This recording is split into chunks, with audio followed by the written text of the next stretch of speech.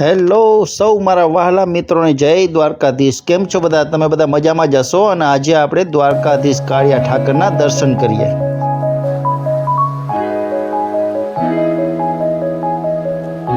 મિત્રો, આ તમે દ્રશ્ય જોઈ રહ્યા છો કાલાવડ શીતલા એટલે કે શીતલા કોલોનીમાં મહિલા મંડળ દ્વારા અહીં થોડે આગળ એક સેવાકીય કેમ્પ કરવામાં આવ્યો છે।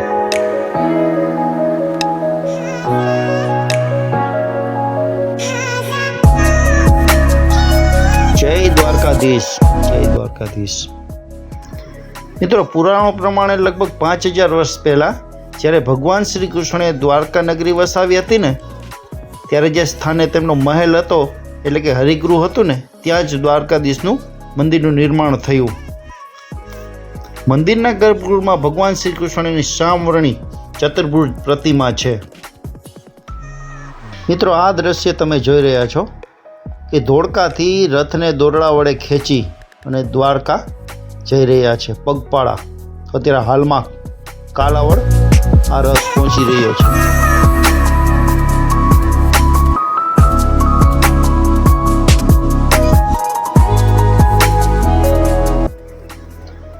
મિત્રો, આ ભગવાન શ્રી કૃષ્ણની મૂર્તિ ચાંદીના સિંહાસન ઉપર બિરાજમાન છે અને તેઓના હાથમાં શંખ, ચક્ર, ગદા, કમળ ધારણ કરેલ છે।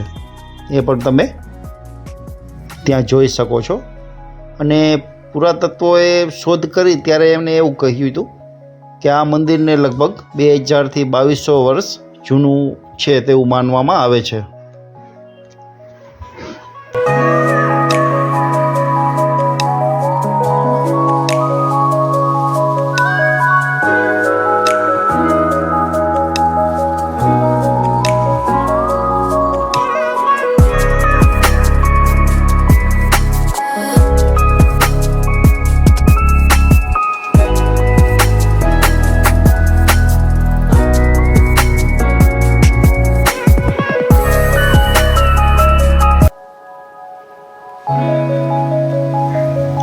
મિત્રો, ગુજરાતનું આ દ્વારકાધીશ મંદિર પ્રસિદ્ધ ધાર્મિક સ્થળમાં ખૂબ જ પ્રખ્યાત માનવામાં આવે છે।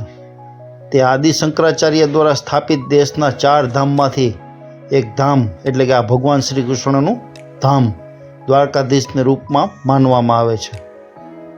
અર્થ દ્વારકાના રાજા છે। દ્વાપર યુગમાં પણ આ સ્થાન ભગવાન શ્રી કૃષ્ણની રાજધાની હતી અને આ મંદિરની ઇમારત 5 માળની છે। આ મંદિરમાં ધ્વજા પૂજનનું ખૂબ જ વિશેષ મહત્વ છે।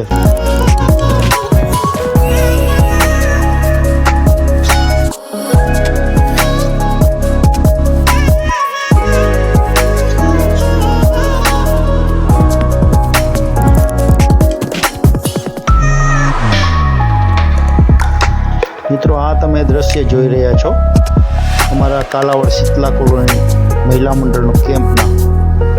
અને રાતના અત્યારે જોઈને તો 3:30 વાગ્યા છે। ત્યારે આ નીકળતા પગપાળા સંઘને ચા પીવડાવે છે।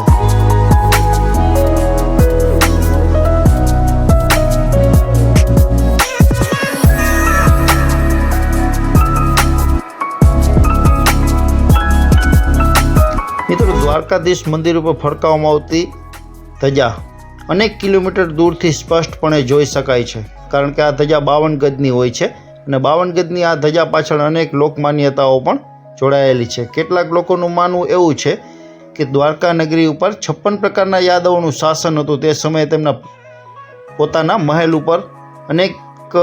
ઉપર પોતપોતાના અલગ અલગ ધ્વજ લગાવતા હતા।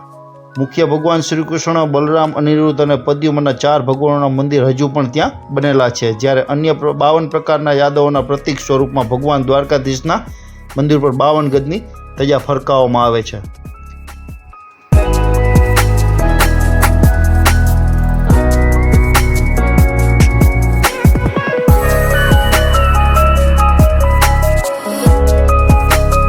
જય દ્વારકાધીશ, જય દ્વારકાધીશ।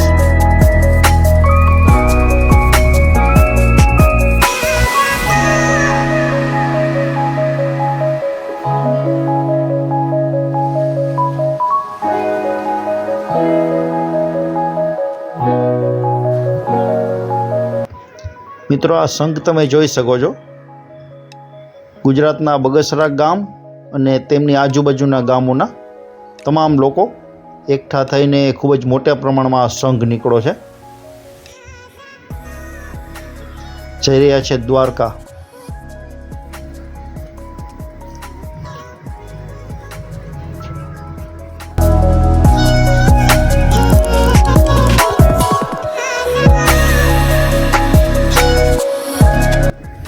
જુઓ તમે, બધા જ મોટી ઉંમરના છે, પણ થાક જેવું કોઈને કાંઈ ખબર જ નથી. દ્વારકાધીશનું નામ લેતા લેતા ચાલ્યા જાય છે. 3 દિવસ થયા તો ચાલતા આવે છે અને હજુ 4 થી 5 દિવસ તો થશે, પણ દ્વારકાધીશનું નામ લઈ અને સૌ લોકો મોજમાં ચાલતા જાય છે.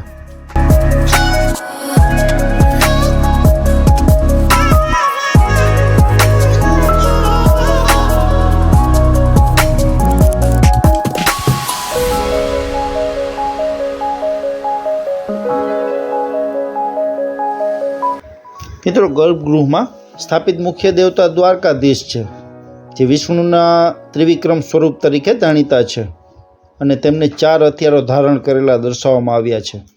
મુખ્ય વેદીની ડાબી બાજુમાં ઓરડા ઉપર કૃષ્ણના મોટા ભાઈ બલરામ છે. જમણી તરફની ઓરડીમાં શ્રી કૃષ્ણના પુત્ર પ્રદ્યુમન અને પૌત્ર અનિરુદ્ધની છબીઓ પણ છે. મધ્યસ્થ મંદિરની આજુબાજુની ડેરીઓમાં રાધા, રૂકમણી, જાંબવતી, સત્યભામા, લક્ષ્મી દેવકી, માધવ, રાઘવજી, રૂકમણી, જુગલ સ્વરૂપ, લક્ષ્મીનારાયણની મૂર્તિઓ પણ ત્યાં છે.